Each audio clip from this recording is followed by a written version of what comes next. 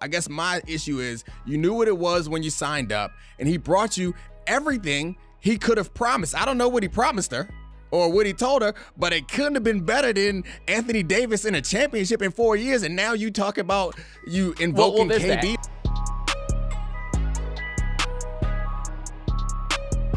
Ladies and gentlemen, welcome to The Right Time.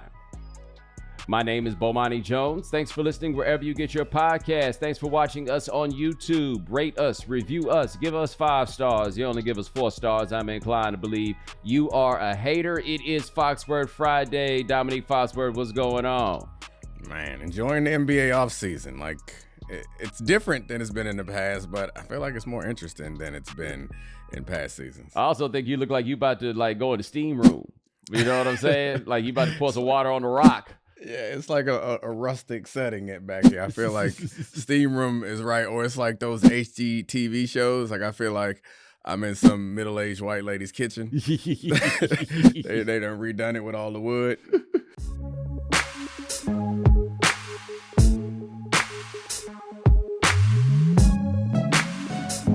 Yo, the thing you say about the NBA offseason is interesting, for me at least, because this is not a year where we got big free agents out there.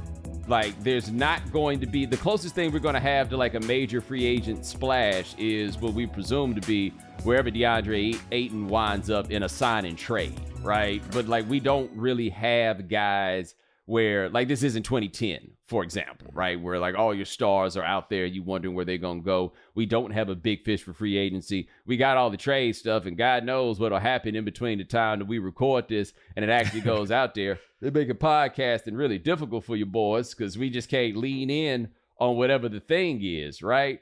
But what for you is making this one so interesting? It might be a result of me being more engaged than I was in the past, but I do appreciate how it feels like the teams that matter, their moves matter. So I agree that it's not a bunch of, there's no debate. There's not a bunch of big free agency moves like off seasons past. This isn't like the stereotypical modern NBA offseason.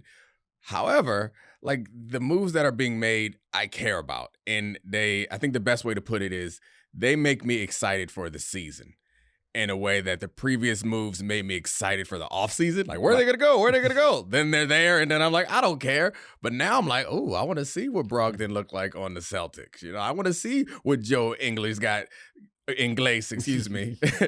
left in the tank, and all that sort of stuff. I want to see if Kawhi and them can get it together, and if John Wall can give them a couple quarters here and there of offensive bursts. Like, this does make me look forward to the season in a way that previous off seasons had. Yeah, and I think that's part of it for me, right? Where we're looking at a league that, at least to me, feels wide open. Like, I don't feel like there's any team, and I don't think it'll feel this way by the time it's all over, where we're going in like, yo, that's supposed to be the team to win this, which I feel like for the better part of the last 11, 12 years, we've had that, right? Like those 4 years of the Heat, we had that.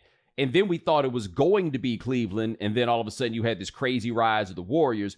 And then they became that team with with LeBron there. Like, we forget we had the same teams in the finals for 4 straight years, right? But going into all those years, I feel like we had a much clearer idea, or at least we thought who was supposed to be that team, right? Like, even as the Warriors thing goes away with the Lakers in 2020, they were supposed to be that team. Now we look at them and we don't think about them in that sort of way. And now everything just feels much more anybody can get it, which I did not necessarily think was going to be good for the NBA when they said they wanted to achieve a goal of parity. But I got to admit, I like looking at the West and being like, yo, just about anybody can get this. And I like saying that about the East. And it's different than in past years when we could say that about the East. We used to say it about the East because we didn't think nobody over there was good, right? Like now, you know, partially, I guess, because LeBron's out of there. So it's not just LeBron's team is going to win this. There are 3-4 teams that you look at now and say maybe they can wind up winning the East, and then we'll have a trade deadline and we'll have everything else that goes along. So I think you're right. We have a more broadly interesting NBA right now with so many good players, where when people start talking about this idea about people getting together to get super teams, nah, baby, those are just teams now. Yeah, I'm excited about we didn't talk about Bruce Brown to the Nuggets. Like, I'm excited about the Nuggets, what they can do. Like, there's so many teams, to your point. On the East, there's fewer teams, I think, but you never really know what'll happen with the Nets. Maybe Kyrie and KD will figure it out. And in that case, they'll be a team that we should at least respect. And then you got the 76ers, which Embiid, that'll make them competitive, and they've made some changes. Well, not really. They brought in PJ.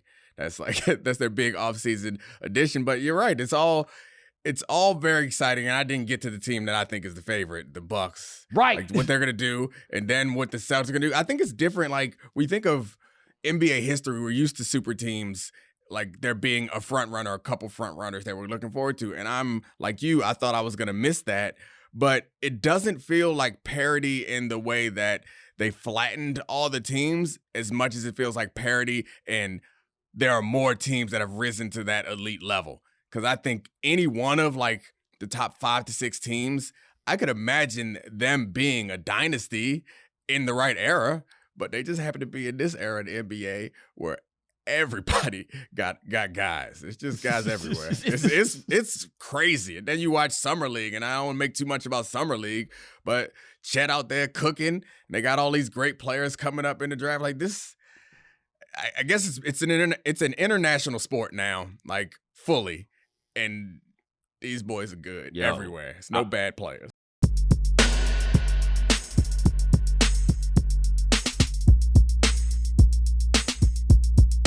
I want it for Chet so bad, man. Skinny boys need heroes. You know what I'm saying? Like, I just don't think that people understand that when you a skinny kid, man, you ain't really got no whole lot of heroes. Like Kevin Durant, he bigger than y'all gonna understand, dog. You might not have thought he was big in body, but he was big in stature to those of us who look out here and see a hero. You know what I'm saying? And so with Chet, and on top of it, Chet seems to have been radicalized somewhere along the way in Minnesota. I don't really, like how he more radicalized than Jalen Suggs. They went to high school together. I don't really understand this. Chet looking at Jalen Suggs like, hey, man, you ain't got no swag, dog. It's the product of social media and the internet. Like, I when we was growing up, I hate to do a back in my day, but like, I don't know. Like, it took a minute for stuff to get from New York to Baltimore. You know, that's like simply like when we was cool, but we was a couple months behind the trends. Now it's like they open up their phone, their computer, and whatever tickles their fancy. I imagine that when Chet was like 10, 11 or whatever, he got on Instagram and was like, I like that. Yeah. And he built his personality off of that. Chet showed up at the draft with a chain with some dice on it. Woo! That's all I'm saying. With some dice on it. Some dice. Oh, God. That's outstanding. Yeah, I remember watching him in college a little bit just because I heard about him, and then seeing him talk and not even see him talk, see him carry himself on the court, I think, before I heard him talk. And I was like, oh, yeah, I like that guy. I like that guy because he got all the attitude that a cornerback would have. Yeah, I appreciate it, except he's doing it at 7 feet tall and like 190. Yes, literally 190. Like, I'm very curious to see like if the weight is going to get there, because one thing that happens with guys like this, I always say, and I can just say this from personal experience, sometimes it ain't but so much weight you gonna put on, dog. Like, you could do the effort, you could do anything else, and I mean, there will be some limitations to what he can do if he doesn't put on the weight, but he's got enough of a perimeter game, right? He'll be able to be a weak side shot blocker. What he's not going to be able to do is like guard Joel Embiid. That's never going to happen. Yeah. I hadn't started to imagine that as a prospect, because I've been kind of downplaying how important I think Chet's mass is as he's going into this largely perimeter league. But there are certain individuals. I think by and large, he'll be fine. Yeah. But I guess when you hit the playoffs and you run up against a couple of people who can give you that body, because when you think about it, it's not like the 90s. Like, right. Who were outside of Embiid, who really going to give him that work? Like, Jokic is big enough, but Jokic don't really play like that. Right.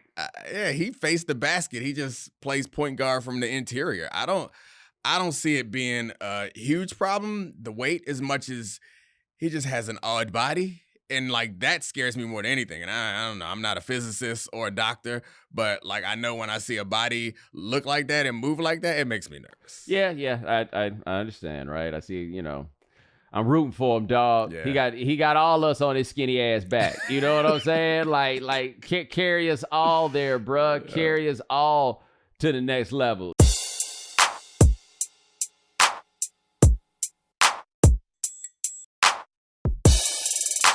Now, I was having a discussion on the tweets, and it's so hard to talk about the Lakers and LeBron without people taking things in directions that, as I start, I'm not necessarily trying to go to or did not want, right?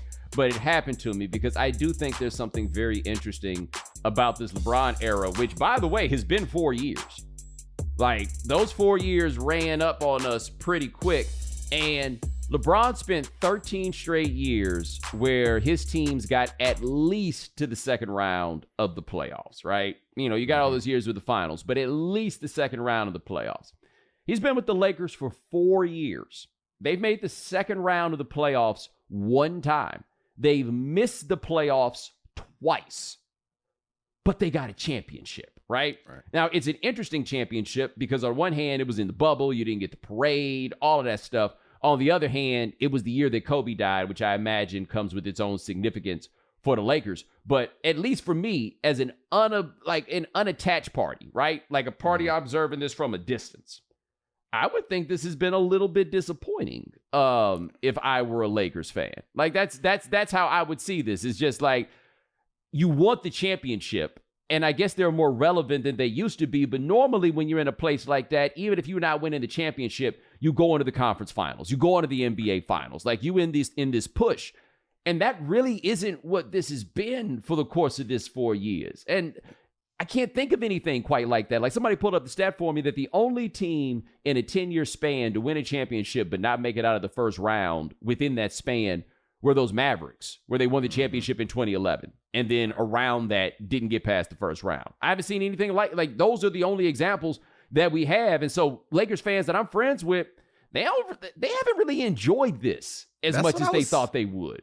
That's what I was thinking is you were saying you think it would be a disappointment. I think that we know, or at least like anecdotally, like it doesn't feel like Lakers fans on the tweets or in our lives feel like they have really enjoyed this run. And that's I think, not to get to like the analytics versus the kind of feel or trust your eyes guys, but it feels like from a purely like quantitative way to look at it, I would say I take a championship and 3 years of missing the playoffs over no championship and every year in the finals. However, if you want to like add up all the fun that you would have, like I feel like being a competitor for 4 straight years is fun, particularly when you have this unique title where the whole world was sad and dying and the pandemic was going crazy and like there was not much celebration to be had. You couldn't have parade, you couldn't go to the games. Like that was in many ways, I could argue like a tougher championship to win, but it's certainly like a less cool one. Yeah. Than, like a less fun one. Yeah, like I don't make the asterisk argument because everybody was in there, right? Like everybody. I will tell you this though. Everybody needs to be glad that the Warriors weren't at a championship level when they were in that bubble. Because if Steph and Clay would have got to shoot empty gym jumpers, even Draymond Green get to shoot empty gym jumpers, he probably turns into somebody else. And I feel confident saying that because Anthony Davis turned into a player he never was before and has not been since when he was shooting those empty gym jumpers. But everybody got to shoot them, right? Yeah. So I don't put any asterisk or any sort of disconnect on the championship that they won just in terms of it actually being an accomplishment. I don't do that.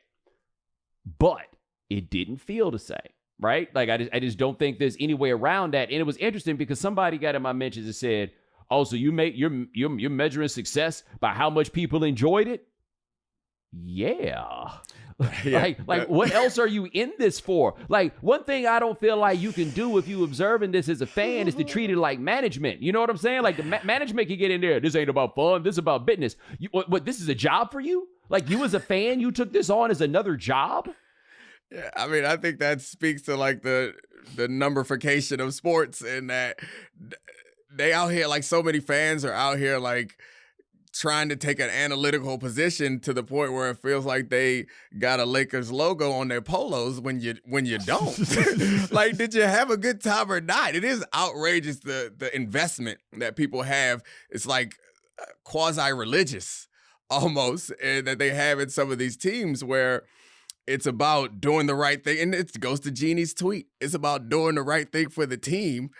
Since when have I ever been compelled to do the right thing for a company? I thought the companies were supposed to be doing the right thing for me. I'll pay you. Like, I'll buy your jerseys or your hats. I'll buy your tickets. Yeah. But make sure that I enjoy my damn self at this entertainment property. I don't give a damn about your bottom line.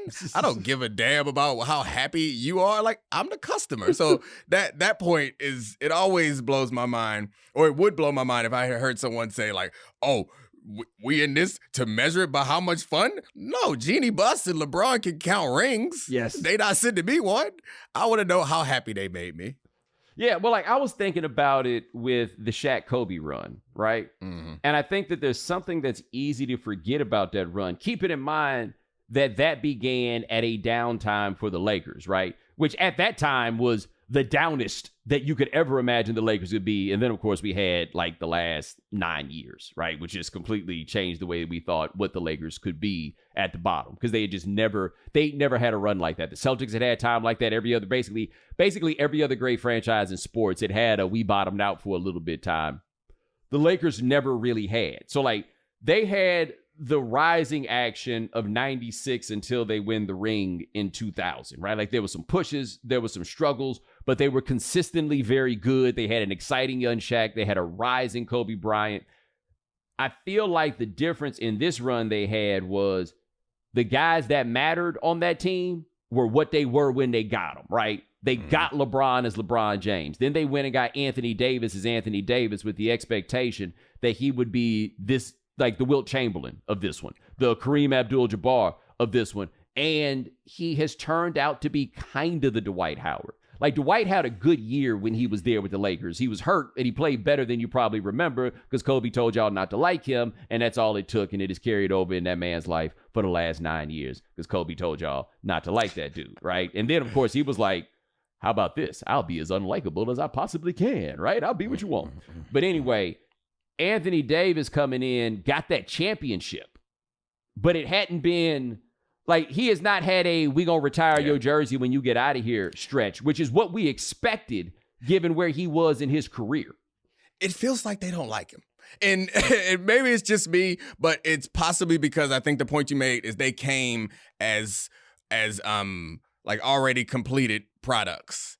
It's not like they grew them and they could celebrate the championship. They just met AD. He brought him a championship. The timing would matter because if they had 2 bad seasons, a decent season, and then won a championship in the 4th, the way that the Lakers fans would feel about them would be largely celebratory because it feels more like a journey. And it feels more like they would have been fighting all of us on Twitter up until like, nah, he gonna be all right. He the man. And then he get a championship and they feel some attachment. But it's funny because they just dropped him in, ready-made, gave you a championship in the most unique circumstances in NBA history. And now it kind of seems like they don't like Anthony Davis, which, like, from a fan perspective, again, to the fun point, I'm fine with the fans coming off that way. It does kind of bother me, and even the fans who may not love LeBron in Lakers Nation and feel like he's draining their team or whatever. Like, whatever, you could be annoyed by that. That's fine. But the Jeanie Buss stuff like that, you knew what it was when you signed up. Yeah. Like, LeBron had been doing this. So, like, stop sending out these subtweets now. But this you got a championship out of it, and it just, that particular thing kind of got under my skin. Well, I did not like her doing that because I don't like people doing that. Right. But when you do it to LeBron, this is just, I mean, that's how he communicates, right? Oh, yeah. Like, maybe this is just the battle that, like, this is how they both talk, right? Like, they both decide. It's their love language. Yeah, I mean, because that's definitely LeBron's love language, right? Like, he communicates passive aggressively. We have been seeing this from him for years, right? So I don't like it. I don't like it when he does it. I don't like it when she does it. But it's hard for me to be like, I don't like it because you're doing it to him when that's the game that he normally plays. But this is just me here. If you want to be passive aggressive like that, that's cool, but leave dead people out of it. Yeah. Right? Like, I don't think that it is appropriate to invoke the spirit and memory of, for what is in your world, a sainted figure in order to make this amorphous point. Because I've had people say, y'all don't even know what Jeanie talking about. Okay. Well, here's the thing. If I don't know what she's talking about, that's her fault too. Right? Exactly. Like she put it out there where it is very reasonable to believe that she is talking about LeBron. Like, that is the comparison. And let's not pretend for a second as though LeBron versus Kobe has not been continuing since he got there and even after we lost Kobe. Right? Let's not pretend as though that isn't a thing and that how people view LeBron in the context of being a Laker. Let's not act like that ain't part of this. Yeah, so if someone's going to argue we don't know what we're talking about, then we don't know what she's talking about, then she should have written a better tweet. Or come clear it up. Yeah, it's like, yeah, exactly. It's your responsibility. I think this point doesn't get made enough in life in general, business, relationship, anything. It's your responsibility to communicate yourself clearly. Like, it's not my responsibility to decipher what you're communicating. So if you feel like you've been misunderstood, you need to do a better job communicating. And as far as LeBron James's passive aggressiveness, yes, he is the king of passive aggressiveness. But in his defense, I imagine when you're a 6'8", 280-pound black man, aggressive communication doesn't always end with the result that you want. Yeah. You might learn the skill to make people comfortable by talking around them to the side. Jeanie Buss, my guess is she hasn't had the same life experience as LeBron James. See, I make an interesting counterpoint because I think that what you say is fair about that, right? She's a woman in business, I guess maybe it's possible. Anyway, I'm sorry, go ahead. But I mean, on LeBron's end, you're right. When you grow up at 6'8", 240, right? Aggressive may wind up causing some problems and that you feel like you need to kind of dance around it. But here's the other thing that happens when you 6'8", 240 and you say that passive aggressive. Can't nobody jack you up for it. Therefore, you keep going. It was made very clear to me by my large older brother that passive aggressive behavior would not be tolerated within our home, and thereby I have a pretty disdainful outlook on it. And it involved some getting jacked up, right? Hold on. So would aggressive have been? No. Exactly. No, but that's what I'm saying. Yeah. It doesn't have to be aggressive. Right. It just can't be passive aggressive. Got to be direct. Right. Or don't say nothing. Yeah. Right? Like don't get yourself that's not what I meant. Right? Yeah. Oh, no. Well, I'm just saying. And you know what the deal is, right? Either say it or don't, right? Don't is an option. And that's the thing I look at when I see that. And that's the way that I look at it from her. This is unnecessarily messy. Right? If you need to talk to somebody about it, call Phil. I'm sure he would take your call and you can vent to him and then go about it, except Phil might have been the one. You know what you should do? You should send a passive aggressive tweet. I'm sure that's what LeBron will respond to, and all this goes. And I think for Jeanie, the difference between LeBron and basically everybody else, and I think part of this comes again because he didn't grow up in this Lakers thing, is he sees him going to the Lakers as a merger of two brands, right? Where he was like, I want to play for a glamour franchise. He didn't want to humble himself before a glamour franchise. He's like, I'm glamour, you glamour, we gonna shine. And I mean, you said he sees it that way. I think that's probably at the state that the Lakers were in and the state that LeBron was in, it was more accurate than it wasn't. Mm-hmm. I think the person or the entity that misunderstood the situation, if they thought it was going to be something different, was the Lakers. LeBron was kind of bringing a lot of his LeBron. And so I guess he made them matter again. Right. And I guess my thing with Jeanie sending out his tweet now, and I'm not a passive aggressive communicator, but I'm less opposed to it than you are because it's a tool, a way for you to communicate. You want to get your point across to someone. Maybe that's the best way that you feel like. And particularly for somebody like LeBron, when not only is he big and actually physically powerful, he's socially powerful and all that stuff too. So there could be other ways that he could communicate. However, saying fit in or fit out might land on somebody a little different. So that aside, I don't want to be the defender of that. All that aside, I find it uncomfortable to hear Jeanie or to see Jeanie doing these tweets because it's like LeBron came in, brought you a championship, and brought you a NBA All-Star, top 5. Not All-Star, All-NBA, a top 5 player at the time who was young enough to carry your franchise forward. The fact that he hasn't stayed healthy, it's not LeBron's fault. I guess my issue is you knew what it was when you signed up, and he brought you everything he could have promised. I don't know what he promised her or what he told her, but it couldn't have been better than Anthony Davis in a championship in 4 years, and now you talk about you invoking KD. That, right? Like that it's like not even accurate. Yo, it is amazing. I don't know how it is. I mean, it's been 15 years. I get it.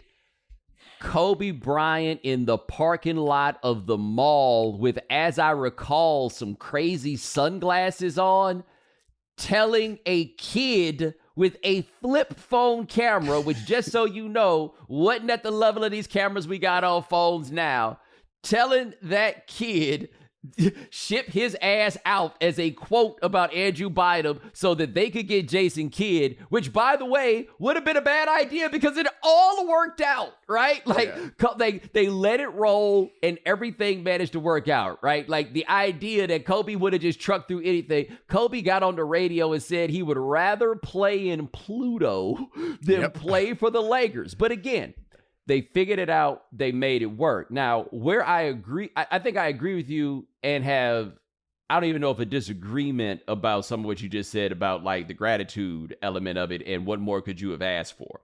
Because I think, and this is why I think, like why I raised the discussion in the first place. Because I think on paper, you are correct, right? We got Anthony Davis. We got a championship. Isn't that what you wanted? But what's happened is they looked around and they're like, yeah, we got it, but it don't feel good, right? And they made the same mistake that the Nets made. They let the dude come in and run the team. The difference is Kevin Durant and Kyrie Irving aren't like the de facto heads of an agency. Yeah. Right? Like, I think they feel like it's one thing that we got to listen to LeBron, but we got to listen to Rich Paul. Kobe didn't have like a line of dudes that he was necessarily trying to bring in and all of this stuff. And so I think for them, it's the question I had about the fans. You got the championship that you wanted. Right. But are you enjoying this? Right? Like, is this the good time that you thought it would be? And with LeBron, for them at least, it just turned out to be a little more stressful. Like, I think about when LeBron went back to Cleveland, and I was talking to my man, Russ Henry. Russ worked at a radio station in Raleigh that I worked out, and he was from Cleveland. He was like my first actual interaction with Cleveland sports fan. LeBron left Cleveland. Russ hate him, right? Mm-hmm. Hate him. He's that guy, right? Hate him. LeBron come back to Cleveland. Russ hate him. Still does, right? Wow. Cavs win a championship. Russ is very glad that Cleveland won a championship. That ain't got nothing to do with how he feels about LeBron. Yeah. You see what I'm saying? So, like, you can get that championship and you derive the joy that you want from it, but then after that, you still had this dude that for whatever reason he did not like, right? Yeah. And so for Jeanie and all of them, I don't think they necessarily like dislike LeBron, but no one has ever come to the Lakers and thought that they were bigger than the Lakers. And when LeBron got there, he was bigger than the Lakers. You're 100% correct, right? He restored them to a level of relevance that they had not had in God knows how long. He did all of those things, but it don't feel good. And then the Anthony Davis thing where they cleared out everybody in order to get him, it just didn't go the way they thought because they didn't get Anthony Davis to win a championship. They got Anthony Davis to win championships with LeBron and championships after LeBron. And none of us right now feel like he's the guy that could be the best player on championship teams after LeBron. Yeah. I mean, to me, that feels, everything you said there feels like facts. And I can't argue against any of that. But you still it's don't fair. send the tweet. You still don't send the tweet. Yeah, because it's fair to like get in a business relationship that you're unhappy with the results of, or even a personal relationship that you're not happy with the results of. But to me, then the reason why I said you knew what it was when you signed up is because he had done this at several other organizations. And I imagine that whatever conversations you had, you knew the amount of power you were handing over to him. Maybe you don't do it, or maybe you find some way to talk him out of it. And maybe you thought that this was an okay price to pay, and now you regret that you are paying the price that you're paying for the one championship. And that is all fine. And you can call Kurt Rambis or Linda or Phil or Magic, and you can talk trash about him there. To me, going public on a business relationship that seems to be the other party held up their end of the bargain and isn't doing anything that you should not, like, he's not pulling a Kyrie or a Durant. He doing all the things that he did at Cleveland, all the things that he did in Miami, and all the things that we all knew he was going to do when he went there. Only thing is, he also gave you a championship in Anthony Davis. So that's where the gratitude, like, I'm not a big, you got to be grateful type of guy, but that's where, like, you don't got to come out and sing his praises and call him the best Laker. But it seems odd to me to now, like, because you didn't read the terms of the agreement. We all knew what it said to now be like subtweeting him after he hasn't done anything that's like tanking his organization. He's done everything that you would have expected him to do, and maybe you could argue more. Well, now this is the question I asked though. In that moment, because I don't think that she was looking at this as like a sum total, right? What he do right did? What did he like? Is he really pushing this Kyrie thing, right? Like, what if he came in and was like, yo, Kyrie and Russ? How about that? Right.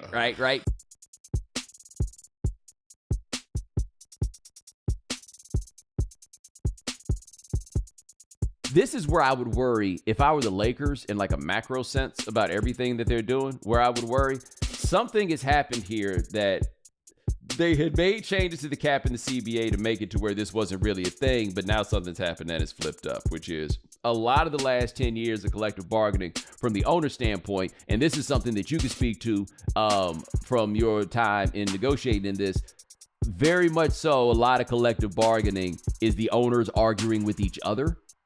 And like the 2012 lockout, a lot of that was trying to tamp down the bargaining power of the Lakers specifically, but generally big market teams and everything that comes with that. So they put these punitive taxes in and all this stuff to stop it from what the Lakers used to be able to do, which is just pay all this money because they had bird rights and they had this and they had that and da-da-da. Okay, well, that team now is the Warriors. They now have this arena that just prints money, and that's why they can pay Andrew Wiggins $30 million a year. Like, Andrew Wiggins is overpaid everywhere but Golden State because they make so much money, right?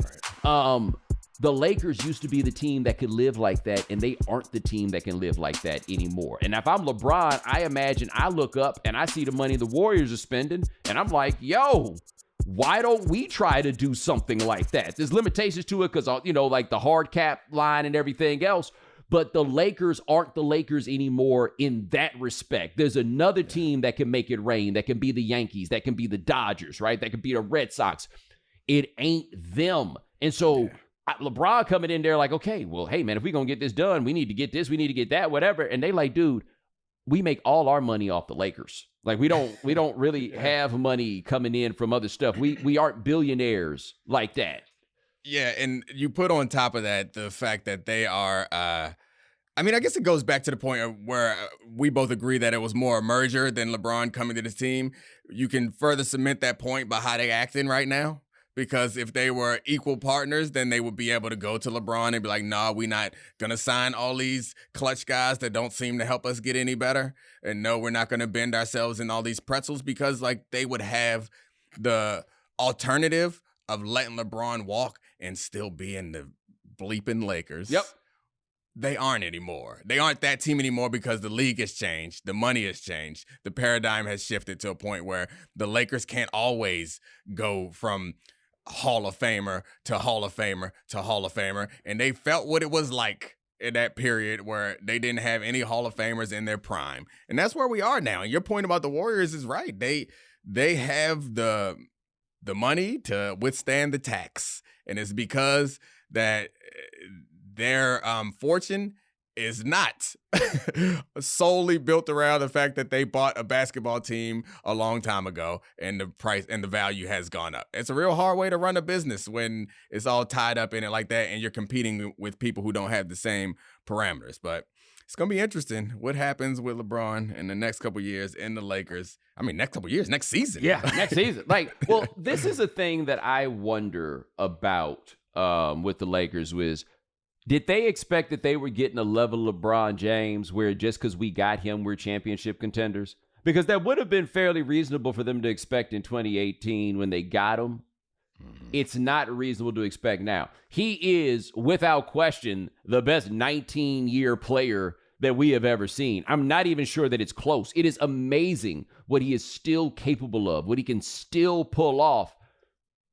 But he's maybe one of the 5 best players in the NBA at this point. And I think that maybe is me being kind because he's LeBron James. Like, I can name 3 guys off the top of my head that I could say are certainly better players than LeBron right now. In fact, I'd go ahead and say 4, right? Yeah. And the 4 I'm thinking off the top of my head, Steph, Giannis, Jokic, and Embiid. And I might be able to go find you some players that are better than Steph or in that Steph cluster. You know what I mean? Right. Like, those dudes are there. I don't think LeBron's there anymore in that space. And it's not because he's not good. It's, again, because the league now has so many good players. So they're like, yo, we'll go get Anthony Davis. This will be the thing. It makes perfect sense. And then he doesn't turn out to be that guy. But I don't blame LeBron for that because they would have wanted Anthony Davis regardless of whether LeBron said anything. He was Anthony Davis at that point. Yeah, and Anthony Davis is as good as and great as he's been as a player. He's never been LeBron level, drop him on the roster, your competitors. Mm-hmm. And so, like, even if you have Anthony Davis fully healthy, you still need a more perimeter-oriented wing-type guy to put it together, and that guy is LeBron. So you're right, if they expected him to be prime LeBron as he's entering 17, 18, 19, 20, that was stupid. But what he's been able to do, I have to assume that they're smart enough to have looked back at history and know what superstars do at this age or this time of their career. They have to be impressed and appreciate. He has to have outkicked whatever expectation they had of him, right? And in realistic expectations, because he has mine. I didn't expect this version of LeBron to still be around. Yeah, I don't. And that's the thing. I think LeBron done messed up everybody's concept of what aging is. You know, for like all these, like, this is the question about with Kevin Durant and what ultimately happens to him. Kevin Durant's been in the NBA for 15 years. Like, how much more of this do you think you're going to get? And I was thinking about this with Anthony Davis. Teams never come out better off for trading a player of Anthony Davis's caliber. Yeah. Except the Pelicans, I think, have. It took a couple years, but. Yeah. I mean, it took a couple years, but I mean, they rolled a 7 and got, like, they won the Zion lottery, right? Like we can't ignore that part being it. But here's the thing. They are enjoying this way more than they enjoyed those Anthony Davis times. Like, they have a team that is more fun. They have a team that's in a position to get really good. Look, you add Zion to what they did last year, and this might be a top 4 team in the West. I mean, if Memphis could be a top 3 team in the West last year, I don't know why we wouldn't say that the Pelicans couldn't why can't they find a way to get there? You know what I mean? Like, they got there, and they, I think, are enjoying this. Now, let's see how it goes because expectations come up, and everybody decides they want this, they want that, whatever it is. But, again, this adds to what we were talking about. Both of those teams, the West is going to be really, really, really interesting next year with all the things that are happening with all these guys. If Ingram's your number 2 and McCollum's your number 3, assuming Zion can reach the top peak Zion levels, that's a really, really good team that I think could, if coached well, can play. Could win a championship. I was being hesitant, but like that's enough talent, I think, to win a championship in the NBA, which is, incredibly talented at this point. It's mind blowing to think about how many really good teams there are right now. Yeah, this is. As kind of thinking about the Lakers, and the Lakers people are going to be mad about this. I really do think, though, that these are just really interesting, like, elements of the larger NBA conversation. So how long does this thing keep going? Because LeBron's got a contract to be there for 2 more years. Okay. One thing that we've learned about LeBron is that when he leaves, your situation is probably not going to be right. Like the Heat kept it together as best as they could. And the truth is, we'll never quite know what the Heat would have been post LeBron because of what happened with Chris Bosh, right? Like it wasn't long before his career wound up ending. But they got 2 more years of LeBron. I don't think they're a championship contender next year. They get Russell Westbrook off the books, and so then maybe they can go and they can find a way.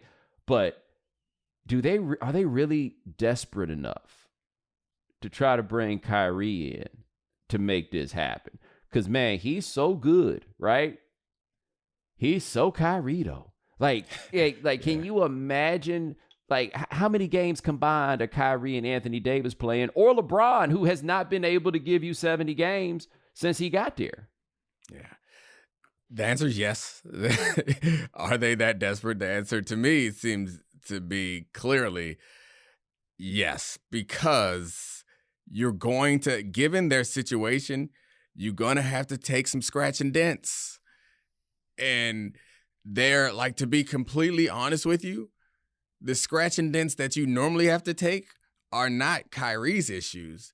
It's like on-court issues or, like, I mean, I guess you could, it's like criminal issues. It's that sort of stuff. Like, and it's sometimes guys that are at the end of their prime or past their prime.